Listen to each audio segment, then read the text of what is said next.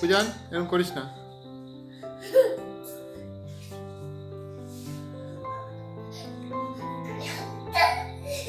এই মাত্র খেয়ে উঠেছিস, খেয়ে উঠেই লাফালাফি ধাপাধাপি করছিস।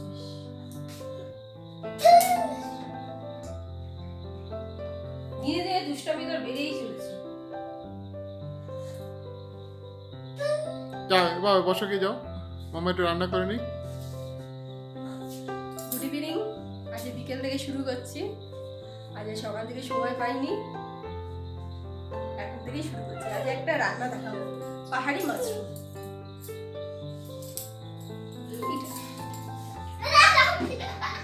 এরকম পারা পূজান, চুপ করে বসো। লাগছে দেখাই একটু। পাহাড়ি মাশরুমটা সিদ্ধ করে রেখেছি, একটু সিদ্ধ বলতে গরম জল করে তার মধ্যে একটু ভিজিয়ে রেখেছিলাম। আর লাগছে পেঁয়াজ কুচিয়ে রেখেছি, রসুন, কাঁচা লঙ্কা, টমেটো আর একটু আদা দেবো।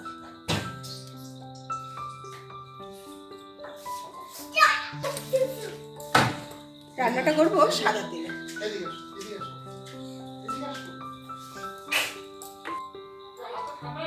তেলটা গরম হয়ে গেছে, এবার দেবো ওর মধ্যে একটু রসুন কুচি,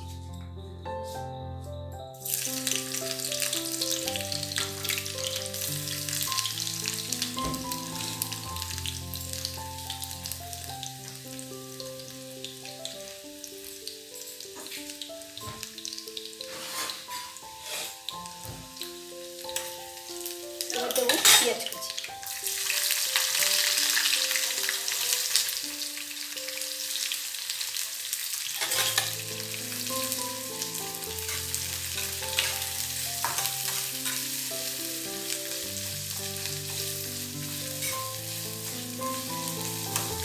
পেঁয়াজটা একটু লাল লাল করে ভাজাবো।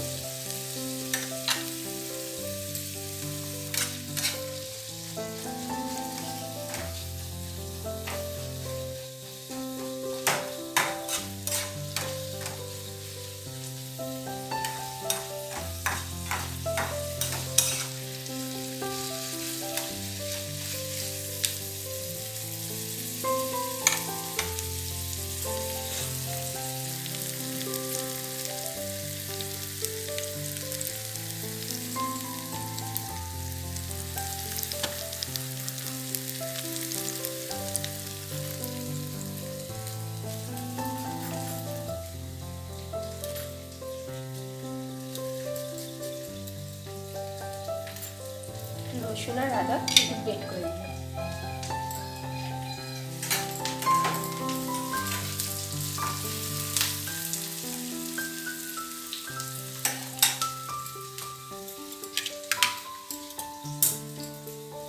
পেঁয়াজটা ভাজা ভাজা হয়ে গেছে, এবার দিয়ে দিচ্ছি টমেটো।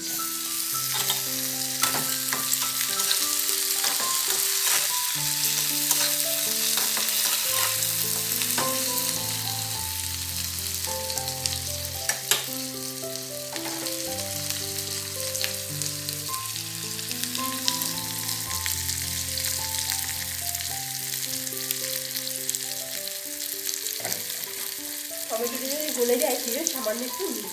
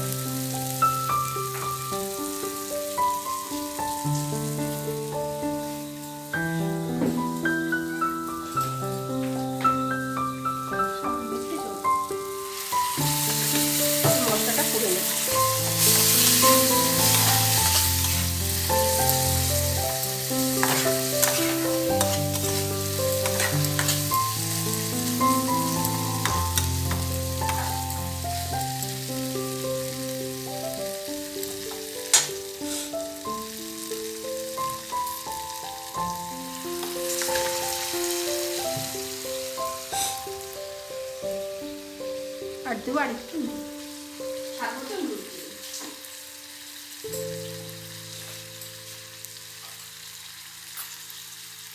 আদা রসুন বাটাটাও দিয়ে দেবো।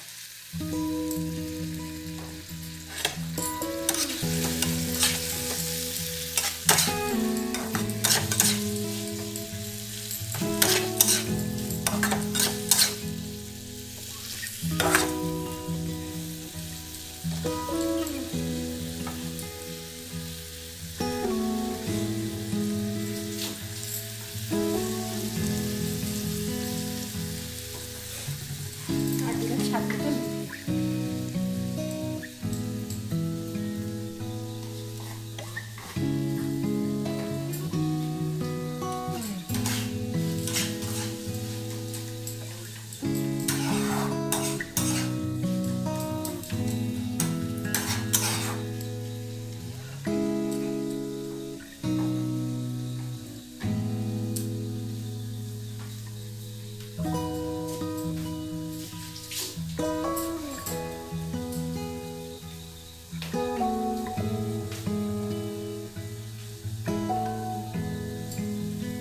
আজকেও সারাদিন বৃষ্টি, ছেলে স্কুল থেকে কিছু হোমওয়ার্ক দিয়েছিল, সেগুলো করাচ্ছিলাম বলে সকাল থেকে ব্লগটা শুরু করে দিই।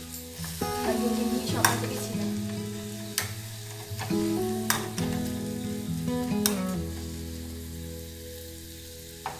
এই জন্য বিকেলে শুরু করলাম ব্লগটা।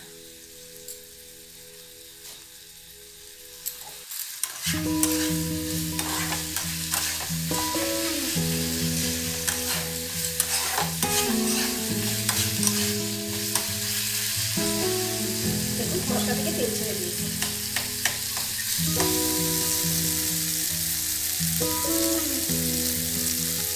এবার মাশরুমটার মধ্যে দিয়ে এটা কষিয়ে দেবো।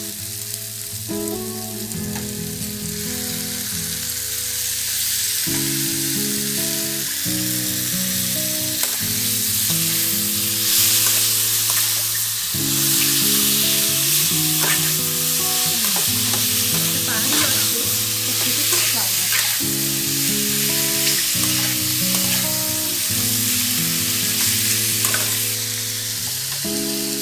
আমরা যখন ব্রহ্মপুরে থাকতাম বিয়ের পরে তখন বলো আসার সময় তখন এগুলি তো খেতে আমার নিয়ে আসতাম। বিয়ের পর প্রথম থাকা হলো উড়িষ্যা।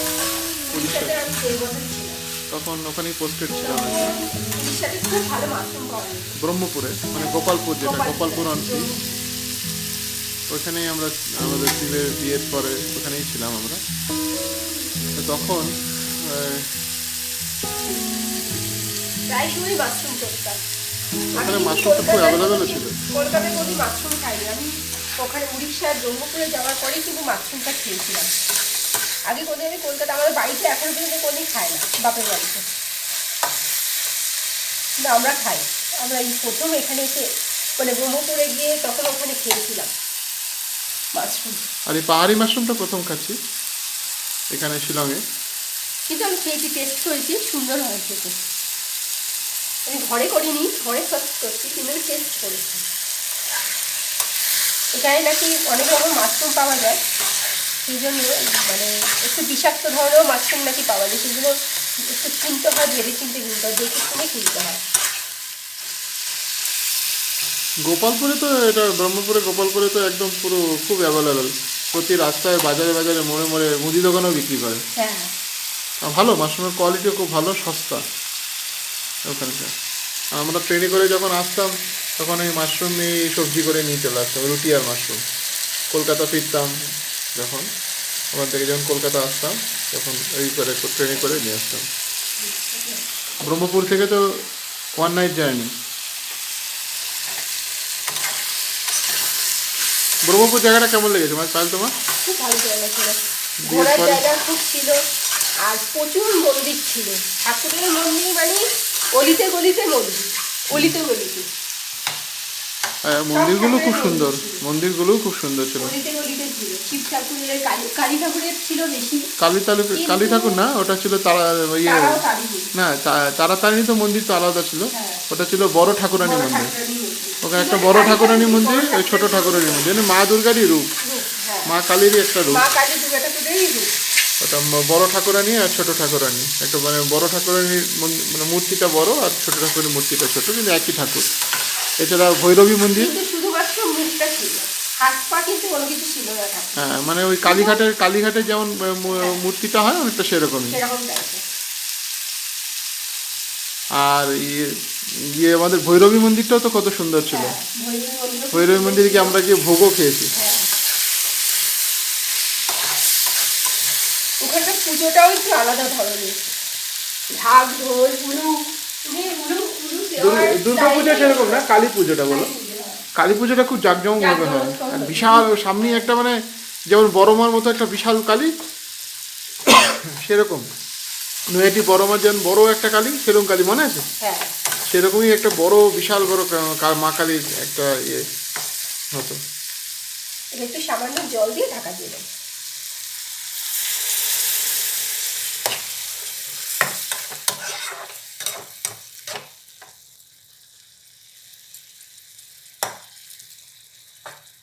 ঢাকা দিয়ে দেবো, আস্তে আস্তে হবে এটা।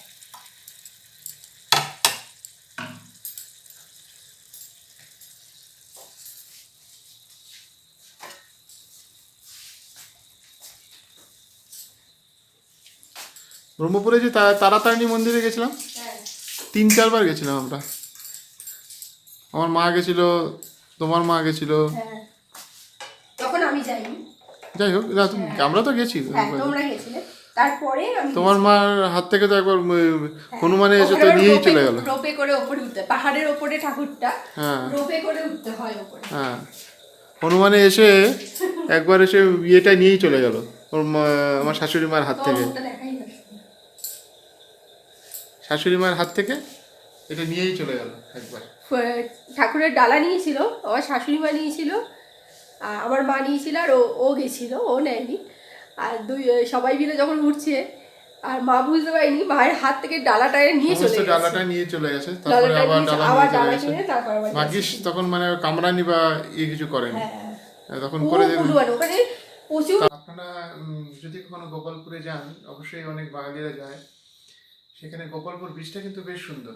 গোপালপুরের বীচটার একটু ঢালু, যেমন পুরী বা দীঘার বীচের মতো না, একটু ঢালু বীচটা, কিন্তু গোপালপুর বীচটা পরিষ্কার পরিচ্ছন্ন, কিন্তু মানুষের সংখ্যা তুলনামূলকভাবে কম, এবং গোপালপুর বীচটা সুন্দর। আমরা বারামপুর প্রপার টাউনে থাকতাম, সেখান থেকে প্রায় ধরুন 20 কিলোমিটার মতো গোপালপুর বীচ। উইকেন্ডে আমরা চলে যেতাম, আমি আর পায়েল বিকেলের দিকে চলে যেতাম, আর পুরো সারাদিন লাগতো না, বিকেলের দিকে চলে যেতাম। বিকেলেই ওখানে খুব ভালো ইয়ে হয়, লোকজন আসে, দোকান টোকান সব আসে, জমজমাট থাকে। আর ওখানে এখান থেকে বারামপুর থেকে যাওয়ার জন্য স্টার বাসগুলো চালু থাকে, বাস সার্ভিস ভালো ওখানে। এবং স্টার বাসে করেই মানুষ ওখানে যাতায়াত করে, কিংবা নিজেদের গাড়ি থাকলে হয়, তখন আমার কাছে নিজের গাড়ি ছিল না, স্টার বাসে করে আমরা যাতায়াত করতাম। অটোও যেত, হ্যাঁ অটোও যেত। আর ওখানে একটা মঞ্চও ছিল, একটা মঞ্চ মানে স্টেজের মতো করা আছে, বিভিন্ন আর্টিস্টরা সেখানে ওই বিচে প্রোগ্রামও হতো মাঝে মাঝে, শনিবার রবিবার করে প্রোগ্রামও হতো বিকেলের দিকে। অবশ্যই আপনারা বাঙালিরা মানে সমস্ত মানুষ যারা যারা দেখছেন তাদেরকে সবাইকে বলবো যে বারামপুরে যান, গোপালপুরে যান, অনেক কিছু দেখার জায়গা আছে। গোপালপুর বীচটা কিন্তু অনেকটাই সুন্দর এবং নির্জন ফাঁকা, তার সাথে বারামপুরের মন্দিরগুলো অবশ্যই আপনারা দেখবেন। আগে যে অফিসটা আমরা যে সময় ছিলাম, সেই অফিসটা প্রপার বারামপুর টাউনে ছিল, কিন্তু এখন দুর্ভাগ্যবশত সেই অফিসটা একেবারে গোপালপুরে চলে গেছে, গোপালপুরের মানে সমুদ্রের কাছাকাছি একটা জায়গায়। তো বারামপুর টাউনের মধ্যে থাকার ফলে তখন বারামপুর টাউনের মধ্যে লাইফটা আমাদের অন্যরকম ছিল, কিন্তু এখন দুর্ভাগ্যবশত ওইখানেই চলে গেছে। এটা একদম ভিতর দিকে আর কি, ওখান থেকে মানে মেন রোড সেরকম নেই, দোকান পাশা সেরকম কিছু নেই। আমরা যেখানে থাকতাম সেখানে সব কিছু ছিল আর কি। হ্যাঁ যাই হোক, আমাদের সময়টা খুব ভালো কেটেছে ওইখানে, ওই সময়টাতে আমরা প্রপার টাউনে ছিলাম এবং ভালোই কেটেছে। বহরমপুরের মার্কেট মানে বিশাল বড় মার্কেট, মানে অন্নপূর্ণা মার্কেট, তারপরে বড় বাজার, এরকম মানে কলকাতার একটা নিউ মার্কেট, একটা বড় বাজার, একটা বউ বাজার, এগুলো সব মিলিয়ে যদি একটা বড় মার্কেট হয়, সেখানে সোনার দোকানের মার্কেট দেখবেন পুরো একটা এরিয়া জুড়ে একের পর এক সোনার দোকানের মার্কেট, মানে একটা এরিয়া দিয়ে আরেকটা এরিয়া, একটা শেষ হচ্ছে, একটা এরিয়া শেষ হচ্ছে, আর একটা এরিয়া ওই লাইন দিয়ে আবার শুরু হচ্ছে। হ্যাঁ বিশাল বড় দোকান, মানে পরপর সোনার দোকান, যেমন বউবাজার সোনার দোকান, সেই রকমই সোনার দোকান, পরপর লাইন দিয়ে সোনার দোকান। আবার যখন জামা কাপড়ের তখন ওরকম লাইন দিয়ে জামা কাপড়ের দোকান। রেস্টুরেন্ট, প্রচুর রেস্টুরেন্ট ওখানে। আর ওখানকার ভেজ বিরিয়ানি, ভেজ বিরিয়ানি দারুণ দারুণ। ভেজ বিরিয়ানি আমরা তো দাদা বৌদির বিরিয়ানি বা এমনি কলকাতার বিরিয়ানি খেয়ে অভ্যস্ত, ওটা তো অবশ্যই ভালো, কিন্তু ভেজ বিরিয়ানি যদি কোনোদিন গোপালপুরে যান নন্দন হোটেলের ভেজ বিরিয়ানি খাবেন, নন্দন হোটেলের।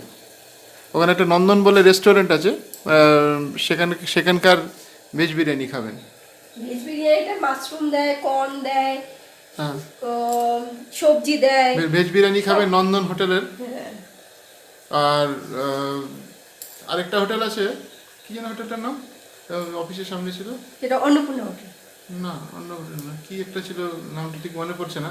ওইখানেও, আর ওখানে হচ্ছে খাবার দাবার আপনারা যদি যান ওই উড়িষ্যার ওই ব্যারামপুরের হোটেলগুলোতে, আপনাকে কিন্তু খাবারের ওই সামনে না, যখন আপনাকে পরিবেশন করবে না, তখন যে ওয়েটার এসে 4-5 রকমের যে তরকারিগুলো একটা থালায় সাজিয়ে করে নিয়ে একটা আসবে, ট্রে, বড় ট্রের মধ্যে বড় করে ট্রেতে করে সাজিয়ে প্রায় নিয়ে আসবে, 6-7 রকমের 6-7 ডিশ নিয়ে রকমের আসবে। তরকারি সাজিয়ে নিয়ে চলে আপনি আসবে। যেটা চয়েস করবেন সেটা দেবে। হ্যাঁ, এখন সেটা চয়েস করবেন আপনি কোন তরকারিটা খেতে চান। ধরুন শাক আছে, সব নিরামিষ, সবই নিরামিষ। শাক রয়েছে, পনির রয়েছে, পনির ডালনা রয়েছে, পালং শাকের তরকারি রয়েছে, মাশরুমের তরকারি রয়েছে, ডাল রয়েছে, তারপরে তড়কা মিক্সড থাকতো, ভেজ রয়েছে, mixed veg থাকতো। তরকা রয়েছে, প্রত্যেকটা আইটেমই খুব সুন্দর ছিল। প্রত্যেকটা আইটেমই সুন্দর সুন্দর। তার মধ্যে ওই নন্দন রেস্টুরেন্টের ওখানে যায়, অন্নপূর্ণা মার্কেটের ওখানে, ওটা যদি ভেজ যে বিরিয়ানিটা করতো, ওটাও আমার দারুণ লেগেছিল, ওর মধ্যে সব দেওয়া থাকতো এবং খুব ভালো। আরেকটা জিনিস ব্যারামপুরের আমার খুব ভালো লেগেছে খাওয়ার মধ্যে, সেটা হচ্ছে ওখানকার যে লস্যিটা, দারুণ, ওরকম ওই লস্যি কোথাও ওই পাওয়া যায় লস্যিটা না। পায়েল বলবে এই ব্যাপারে। ওই লস্যিটা হচ্ছে মানে আমরা যে লস্যি খেয়ে অভ্যস্ত সেটা না, মানে সেই হচ্ছে লস্যি নয়। ওটা হচ্ছে ইয়ে তোমার ওই যেটা হচ্ছে কি রাবার রাবার লস্যি বলে, মানে দই, ক্ষীর, বাদাম, সব রকম বাদাম ক্ষীর দিয়ে, ক্ষীর আলা খাওয়া লস্যি, যায়। মানে ক্ষীর বলতে দেওয়া পারেন লস্যি। ক্ষীর লস্যি, মানে পাতলা জল না, একটু ঘন ঘন টাইপের, ঘন ক্ষীর লস্যি। কিন্তু এত মানে সুন্দর খেতে লাগতো। তথাকথিত যে লস্যিটা আমরা খেয়ে অভ্যস্ত সেই লস্যি না, কিন্তু ওটা একটা মানে ক্ষীরের শরবত বলতে পারেন। ওটা আমাদের বাড়ি থেকে ডিস্টেন্সটা অনেকটাই দূর ছিল, হ্যাঁ। কিন্তু আমরা তাও মাঝে মধ্যেই যেতাম ওটা খাওয়ার জন্য। এত তার মধ্যে ভালো ফ্রুটস লাগতো দিত, খেতে।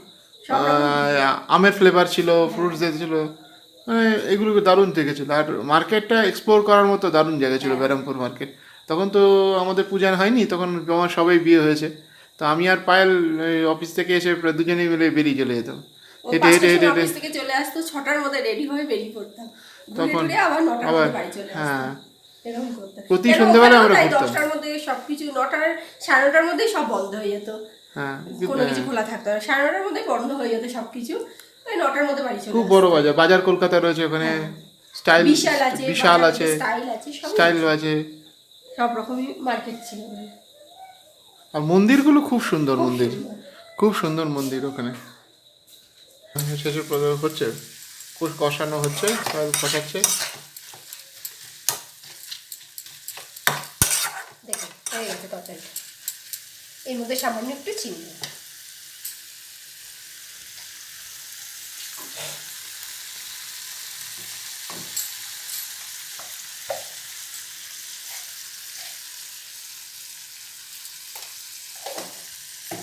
সামান্য একটু চিনি।